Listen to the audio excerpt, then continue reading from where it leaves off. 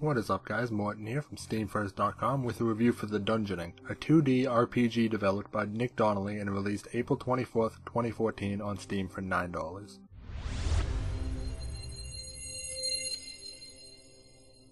The Dungeoning is a pretty interesting game. It's very difficult, but at the same time very fun.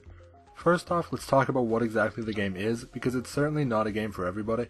You control a nameless character and attempt to make your way out of what I imagine is a dungeon. The game has basic 2D RPG gameplay, but with a few things that make the game quite hard.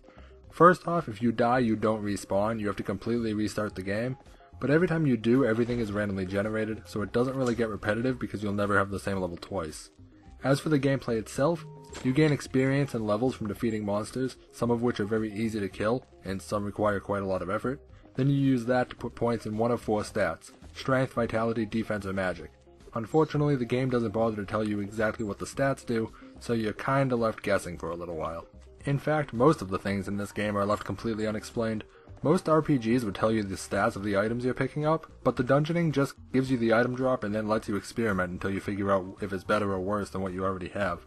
Now this isn't a massive complaint, because after you play for a while you'll kinda figure it out, but until that point, having to constantly switch weapons and hit one enemy then switch back and see how much damage each does is kind of annoying. As for the level design, I'd say it's very good. There's some hidden things on a lot of levels, and everything is randomly generated, so it doesn't get boring or repetitive for the most part.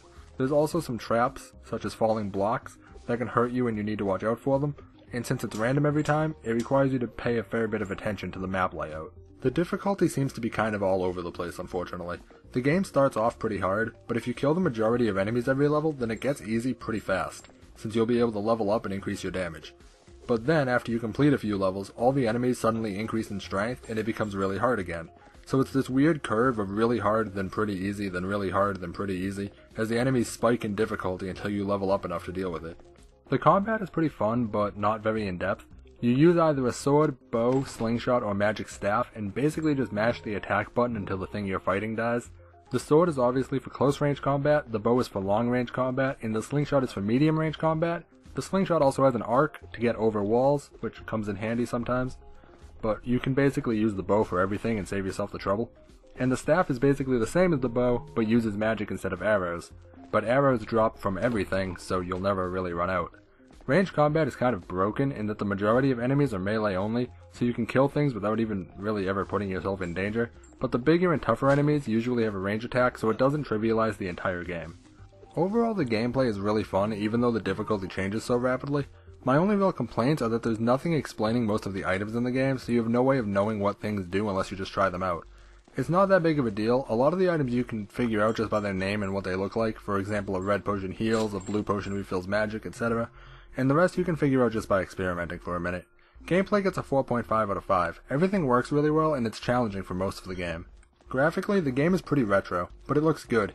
It's easy to figure out all of the important things, such as where and what the enemies are. There's also some things that aren't so easy to figure out, such as what items are which, because some of them look very similar. It's not really that bad though, and doesn't impact the game negatively.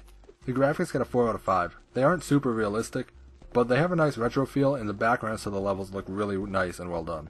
As for replayability, since everything is randomly generated, you won't play the same levels twice, so there's certainly reason to play it over and over. On top of that, there's also New Game Plus, so in case it wasn't difficult enough the first time through, you can make it even harder.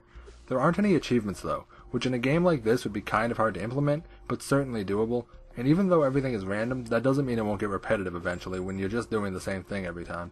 Especially once you realize what each enemy's weakness is, because some of them are very easy to kill with certain weapons. Replayability gets a 3.5 out of 5. Just replaying the game will start to get boring eventually, even though everything is randomized. If there were achievements or something to aim for, it would add quite a bit of value. Overall, the Dungeoning gets a 4 out of 5. It's a lot of fun and everything works well. There's no story to this game, but it doesn't really need one. The gameplay is really enjoyable, and even though the controls aren't the greatest, they certainly aren't terrible. If you're looking for a challenging 2D RPG and don't care much about story, then this game is definitely worth looking into, because there's certainly a lot of good things about it.